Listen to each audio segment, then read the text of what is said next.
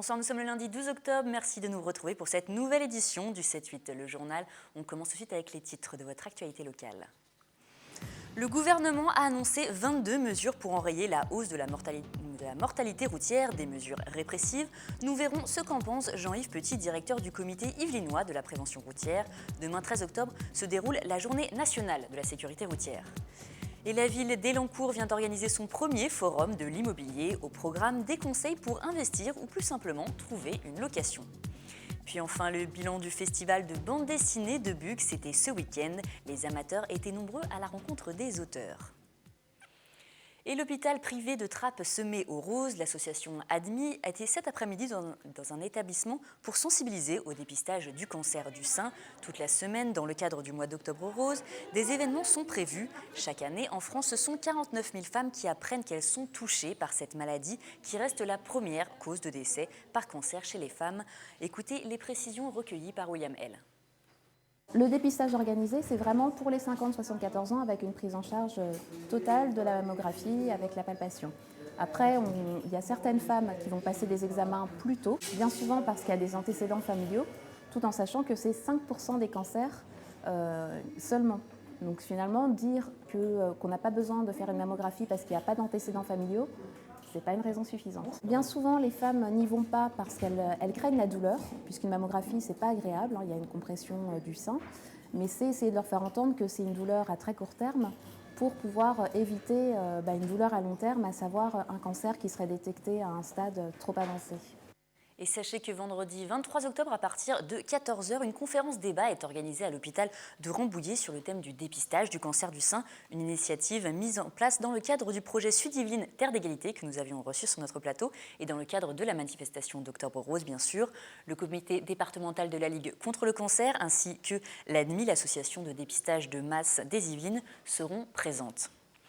Et trouver un logement, une location ou devenir propriétaire est souvent un parcours semé d'embûches entre les agences, les sites de location sur Internet. Difficile de savoir par où commencer. Pour faciliter les démarches de ses habitants, la ville d'Elancourt a organisé samedi le premier forum de l'immobilier et de l'aménagement de l'habitat. Des images signées Mélanie Poquet. Ils arpentent les allées à la recherche de leur bonheur, achats, ventes, locations ou travaux. Pour y voir plus clair, ces curieux se sont rendus au premier forum de l'immobilier et de l'aménagement de l'habitat dans le complexe sportif Europe, organisé par la ville d'Elancourt. C'est pas une mauvaise idée pour avoir des contacts et puis voir à peu près ce qu'ils proposent. Déjà en premier temps on va visiter et puis comme on est à la recherche d'un appartement, une maison, donc on va savoir, on va regarder pour les prix. 38 exposants ont répondu à l'appel, des agences immobilières, des fournisseurs, des constructeurs. Un moyen de rencontrer plus facilement leurs clients potentiels dont la démarche est facilitée. L'avantage ici, c'est de pouvoir prendre des contacts. Donc je pense que nos clients, bien sûr, iront voir près de nos autres confrères, bien évidemment, et d'avoir sur un seul et même plateau les acteurs locaux, puisque essentiellement ceux de l'agence de la ville d'Elancourt et de IMO de France, Paris-Île-de-France, agence d'Elancourt, nous sommes effectivement des acteurs locaux. Une initiative mise en place par la ville, objectif répondre à une demande des habitants et les encourager à accéder à la propriété. On a décidé, vu le nombre de demandes qu'il y a, de faire un salon avec tous les acteurs compétents. En plus de nous, on est bien sûr présents, mais on a donc les banquiers. Moi, je ne sais pas négocier un taux pour bien sûr nos Élancourtois. Bon, alors là, ils peuvent mettre en compétition les taux, ils les ont tous sur place. Donc ça leur fait gagner du temps.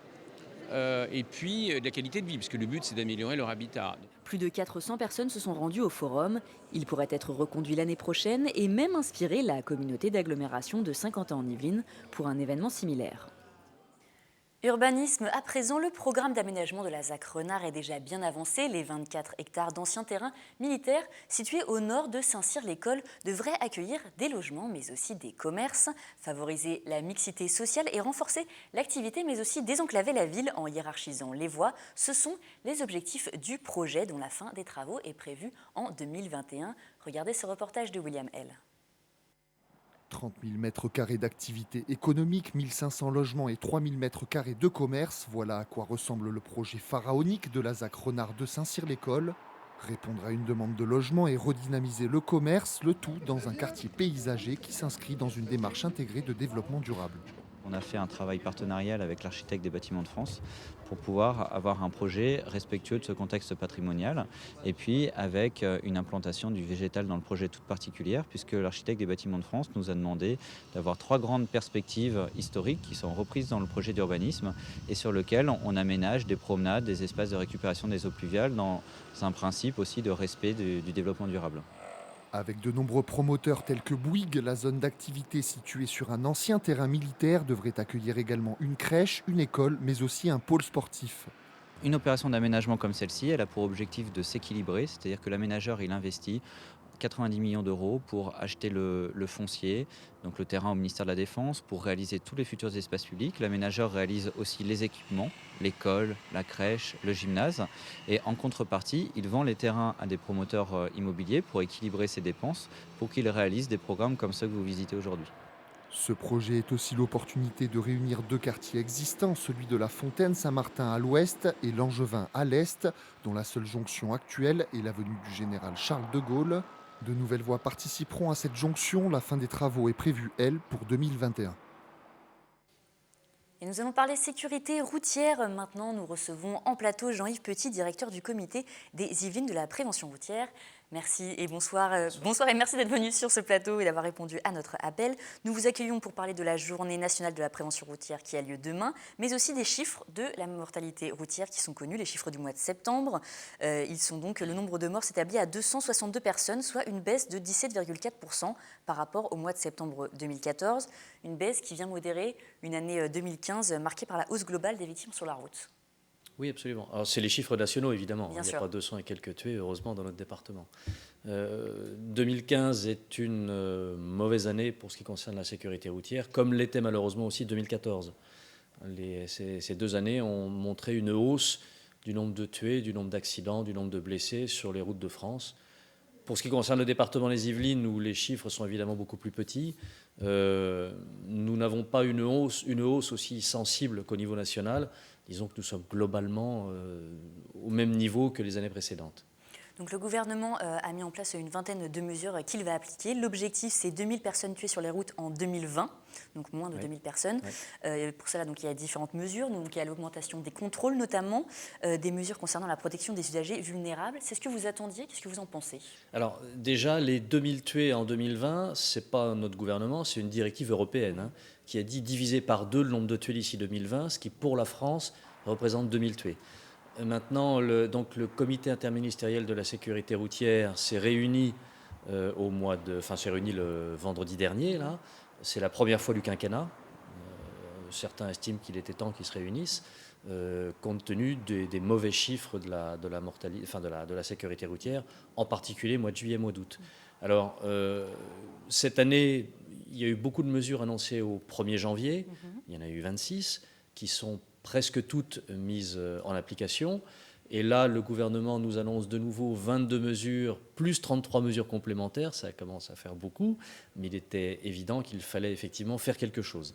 Et justement, donc sur ces mesures, qu'est-ce que vous en pensez? Est-ce que c'est ce que vous attendiez? Car ça met plus l'accent en fait, sur le contrôle, vraiment, que la prévention. Oui, c'est vrai, mais il en faut aussi du contrôle et de la répression. Le tout est que l'équilibre soit maintenu entre la partie prévention, qui est faite par des associations telles que la nôtre en particulier, et puis la partie répression et contrôle, qui est faite bien évidemment par les forces de l'ordre et par la justice.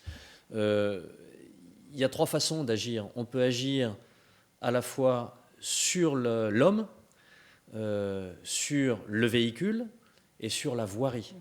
C'est ça les 3 facettes. Et dans toutes les mesures que prend le gouvernement, c'est à peu près équilibré. Et même si là, il y en a plus sur la partie humaine, et en particulier sur la partie répression, mais la plupart des mesures qui sont préconisées, qui ne sont pas toutes nouvelles d'ailleurs, ou pas forcément toutes du niveau du ministre, vont dans le bon sens. Donc mettre plus de radars sur les routes, c'est aussi efficace que faire de la prévention. Globalement, oui, il en faut. On parle justement de plusieurs mesures choc, mesures un petit peu phares. Alors celle-là n'a pas été nommée, elle ne devra pas être appliquée en France, en tout cas pas pour l'instant. C'est la tolérance zéro pour l'alcoolémie. Il y a plusieurs pays européens qui l'ont mis en place. Elle est souvent mise sur le devant de la scène. Nous vous avons demandé d'ailleurs à vous, habitants et Saint-Quentinois, ce que vous pensiez de cette mesure. On va en parler dans quelques instants, regardez. tant qu'à faire, autant ne rien boire. Et on s'aperçoit vite que quand on boit 1 ou 2 verres, ça n'aperçoit pas, mais en définitive, les réflexes ils sont altérés. Donc, définitive, pourquoi pas la tolérance zéro, oui. Tout à fait. Tout à fait, ça ne changera pas grand-chose, à mon avis, mais bon, personnellement, je suis partisan. Moi, en tant que peut-être victime, je trouve que c'est bien. On a l'habitude quand même de boire à table, ne serait-ce qu'un petit peu de vin ou de bière, donc c'est difficile à appliquer certainement. Tolérance zéro, on peut même plus boire un petit verre de vin, c'est un petit peu dur, quoi. Il faudrait une tolérance un peu plus forte. L'alcool, c'est justement aussi un des axes de lutte, notamment chez les jeunes. Ce serait une bonne mesure, ça, l'alcoolémie, tolérance zéro pour l'alcoolémie? Il n'y avait pas beaucoup de jeunes, vous avez interrogé aujourd'hui. On n'en a pas trouvé malheureusement, ils étaient certainement en cours. Oui. Alors, vous savez que depuis le 1er juillet, la tolérance pour les jeunes, pour les permis probatoires, c'est 0,2 g d'alcool par litre de sang, ce qui correspond à un verre de bière pour un garçon. Pour une fille, beaucoup moins. Cette mesure a été prise pour les jeunes pour les inciter à mettre en œuvre le slogan connu depuis longtemps « Boire ou conduire, il faut choisir ». Maintenant, comme l'a dit une des personnes que vous avez interrogées, ça ne va pas être facile à mettre en œuvre. Et je voudrais quand même signaler que ce n'est pas parce qu'on change la norme que ça va diminuer le nombre de tués sur les routes. Puisque pour ce qui concerne l'alcool, la moyenne du taux d'alcool relevé dans les accidents pour lesquels l'alcool est impliqué, c'est 1,6 g d'éthanol par litre de sang. On est donc déjà largement au-dessus des 0,5 g autorisés aujourd'hui. Donc ce n'est pas en abaissant à 0 que ça changera quoi que ce soit, puisque les infractionnistes sont déjà largement en moyenne au-dessus de cette norme. Ça, c'est vraiment, c'est un problème qu'on dénote notamment chez les jeunes. Alors peut-être pas forcément les jeunes conducteurs, des gens qui ont leur permis depuis plusieurs années, qui sont plus considérés comme jeunes conducteurs, mais qui sont en dessous de la trentaine, vers 25 ans. Il y a aussi d'autres problèmes peut-être qu'il faut combattre. Je pense notamment à l'utilisation des portables. C'est aussi un vrai fléau pour les jeunes au volant. Ah oui, même pour les moins jeunes également. Oui. On considère que les accidents, que les téléphones portables et autres smartphones sont impliqués dans un accident de la route sur 10. C'est d'ailleurs l'objet d'une des mesures qui ont été mises en œuvre au 1er juillet par l'État, d'interdire le port d'oreillettes en conduite. Oui, c'est aussi un fléau important, oui. Et dans ce cas, alors, il faut peut-être, parce que vous prenez un petit peu le relais du gouvernement sur cette action-là, sur ce genre d'action au niveau de la prévention, il faut faire peut-être plus de campagnes de publicité. Quels sont les axes sur lesquels il faut vraiment travailler? Pour ce qui concerne le téléphone ou en ce qui concerne globalement, que ce soit des problèmes de téléphone, d'alcool il y a de tout. Il y a des campagnes publicitaires mises en œuvre par l'État. Nous, on n'a pas les moyens de faire ça. Mais les campagnes publicitaires qui sont très bien faites sur les dangers, sur les conduites à risque. Il y a de la réglementation. C'est ce que fait l'État actuellement avec ces nouvelles mesures qui vont être mises en œuvre quand elles seront soit décidées, soit votées, si ça dépend de la loi. Et il y a de la prévention, comme je disais tout à l'heure, la prévention qui est faite par des associations telles que la nôtre, mais aussi par de l'éducation routière dans les écoles, en milieu scolaire, école, collège, lycée, et au niveau du permis de conduire lui-même. Donc il y a beaucoup de volets sur lesquels nous pouvons agir, sur lesquels nous, associations, nous agissons, et sur lesquels, me semble-t-il, l'État agit aussi. C'est peut-être aussi à l'école, au lycée, de prendre un peu le relais, justement. Il y a peut-être plus... Alors, ce n'est pas un relais, c'est que depuis les années 50, l'éducation routière est une mission de l'éducation nationale. Nous sommes là, nous, les associations et les forces de l'ordre aussi, d'ailleurs, dans pas mal d'endroits, pour appuyer l'éducation nationale et les enseignants pour réaliser cet enseignement. Mais c'est bien une mission de l'éducation nationale depuis les années 50. Vous voyez, ça ne date pas d'aujourd'hui. On parlait tout à l'heure justement des campagnes de publicité. Il y a de grands noms du cinéma qui se proposent justement d'aider et de proposer leur action. Derrière moi, c'est Luc Besson qui a fait une publicité de prévention en lien avec l'alerte lancée par la Fédération internationale de l'automobile le mercredi 7 octobre, car 1,8 milliard d'enfants se rendent chaque jour à l'école dans le monde et parmi eux, ils sont plus de 500 à trouver la mort sur la route, alors que ce soit en France et justement à l'étranger. D'ailleurs, on le voit sur la vidéo qui est en train de passer, ce sont des enfants un peu de tous les pays, que ce soit en Afrique ou peut-être en Europe. Qu'est-ce que vous en pensez? Est-ce que c'est un problème qui est suffisamment abordé? Au moins en Europe occidentale, au moins chez nous, oui, le problème est bien abordé. Je vois des petits noirs, là, donc il y a des séquences qui ont été filmées en Afrique, visiblement. Pas forcément. Peut-être. C'était pas en Afrique, là c'est dans différents pays. Dans différents pays, bon, peu importe. Il y a certainement des endroits dans le monde où on peut faire beaucoup plus, c'est pour ça que je pensais à l'Afrique. Mais des initiatives telles que celle de Luc Besson sont à souligner, évidemment, parce que ce sont des gens qui ont une notoriété, qui sont reconnus, connus, appréciés, et quand ils s'engagent pour un tel sujet, je pense que ça marque les esprits. Donc oui, c'est bien.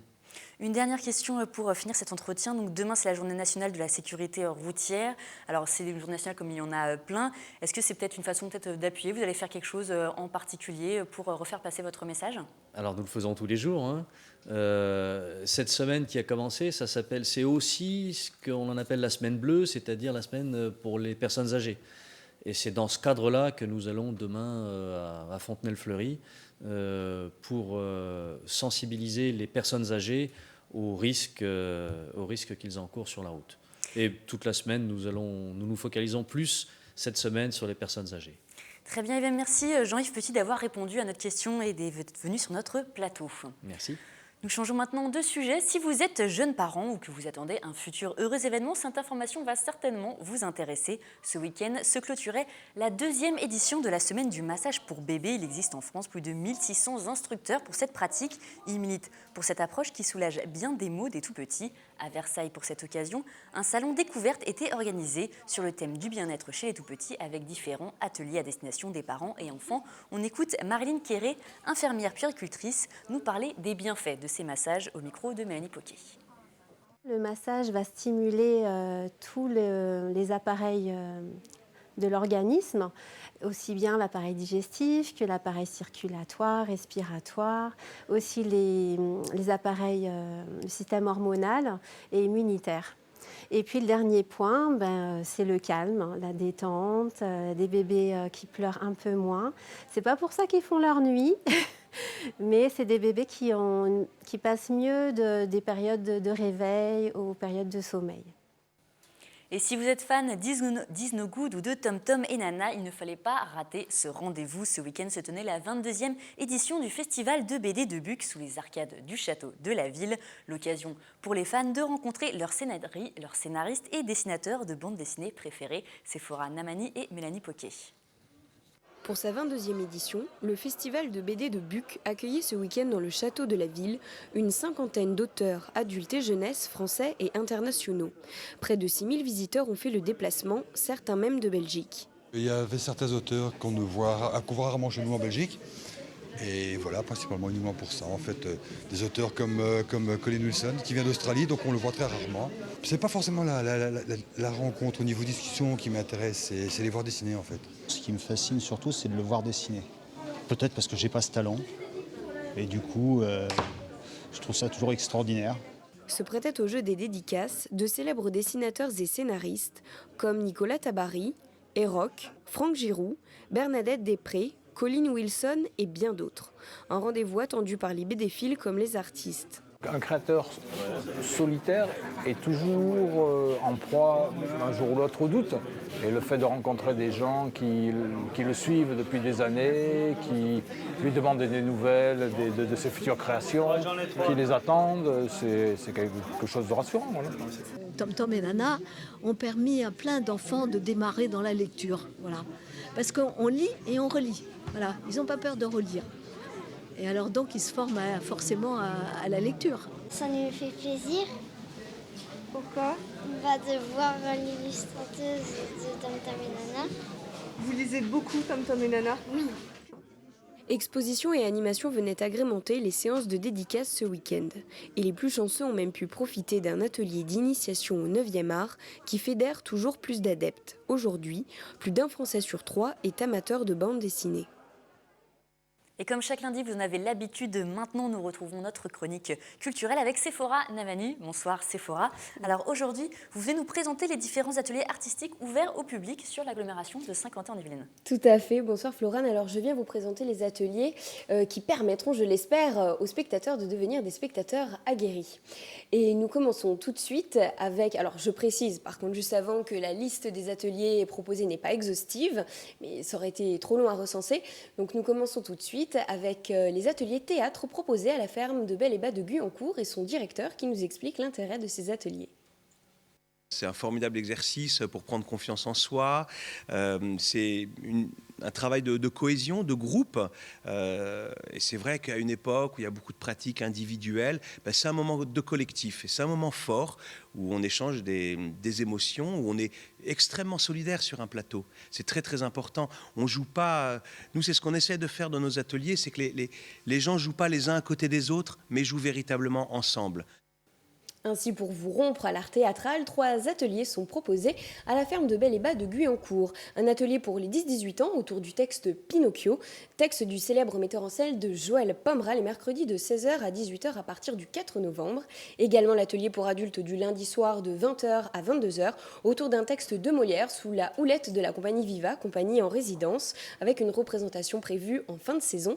Et enfin, toujours dans cet état d'esprit de partage, la ferme de Bel et Bas reconduit son atelier théâtre dévolu aux demandeurs d'emploi pour retrouver confiance et estime de soi à partir du printemps. Atelier sur 2 semaines avec une partie écriture et une partie improvisation. Alors ce genre d'atelier sert également à donner des clés de compréhension du monde, on peut le dire ? Tout à fait. Ça permet de sensibiliser le public au processus de création du spectacle afin de devenir un spectateur plus éclairé. Et c'est en ce sens que le théâtre de Saint-Quentin-en-Yvelines a construit et pensé ces ateliers. La saison 2015-2016 du Théâtre de Saint-Quentin-en-Yvelines Scène Nationale, c'est évidemment une série de spectacles, mais également de nombreux moments à partager. Des ateliers qui permettent à des publics très diversifiés, notamment à des publics familiaux, de découvrir des processus de création et de s'initier à des langages artistiques. L'idée, c'est d'en faire des spectateurs avertis, de leur donner toutes les clés d'appréhension des spectacles. Alors au théâtre de Saint-Quentin-en-Yvelines est proposée toute une pléiade d'ateliers intergénérationnels, tous arts, tout public, aux côtés d'artistes professionnels montés autour de leur spectacle de création, notamment autour de Blanche-Neige et de l'opéra Fidelio. Et pour la première fois, des ateliers d'écriture sont également proposés aux côtés d'Emmanuel Pirer, artiste en résidence au théâtre de Saint-Quentin et prix Médicis 2012. 2 projets également tous ensemble qui ont pour objectif de faire se produire sur scène ensemble des amateurs et des professionnels. Alors un projet de chant choral et un projet de danse. Les appels à candidature ne devraient pas tarder à s'ouvrir sur leur site. Alors le Prisme propose également des ateliers de danse, de musique et théâtre conçus avec leurs artistes associés, avec toujours ce souci de développement artistique personnel et du faire ensemble. Qu'est-ce que c'est également ? Le faire ensemble, c'est vraiment toujours chercher à construire dans un projet de collectif pour que la personne en fait puisse se développer et toujours accroître sa connaissance du milieu du spectacle. On écoute Sabine Cossin qui nous en parle également. Le Prisme est le centre de développement artistique de Saint-Quentin-en-Yvelines et les pratiques artistiques destinées aux habitants sont au cœur même de son projet. Nous programmons bien entendu des spectacles qui sont, on va dire, le rapport à l'œuvre d'art, de spectacle vivant. Mais en ce qui concerne ces ateliers de pratiques artistiques, ces œuvres sont toujours en appui de la pratique. Alors, quelques rendez-vous importants pour le Prisme. Tous les samedis, 1 fois par mois, les parents sont invités à venir danser aux côtés de leurs charmants enfants en compagnie de Claire Génie. Fouad Boussouf, chorégraphe hip-hop, animera également un week-end par mois à partir de décembre et jusqu'à mai un atelier de danse avec une représentation déjà prévue le 28 mai. Et enfin, Agatha Fofadel, artiste associée, proposera pendant les vacances de février et d'avril un atelier danse pour les enfants à partir de 6 ans. Côté musique, un projet va être monté avec l'ensemble Amalgame à partir du mois de novembre qui associera les habitants au Conservatoire de musique de l'agglomération de Saint-Quentin-en-Yvelines. Et enfin, côté théâtre, un week-end prévu en janvier pour les amateurs en présence de Frédéric Soulage et un projet pendant les vacances de février destiné aux enfants dirigé par Evelyne Bagé. Donc tout pour devenir vraiment de bons acteurs. Est-ce qu'il y a un atelier de théâtre au Scarabée également ? Toujours leur traditionnel atelier du lundi soir pour les adultes à partir de 16 ans, dirigé par Marie-Paule Guillet, directrice artistique de la compagnie du Théâtre du Sable.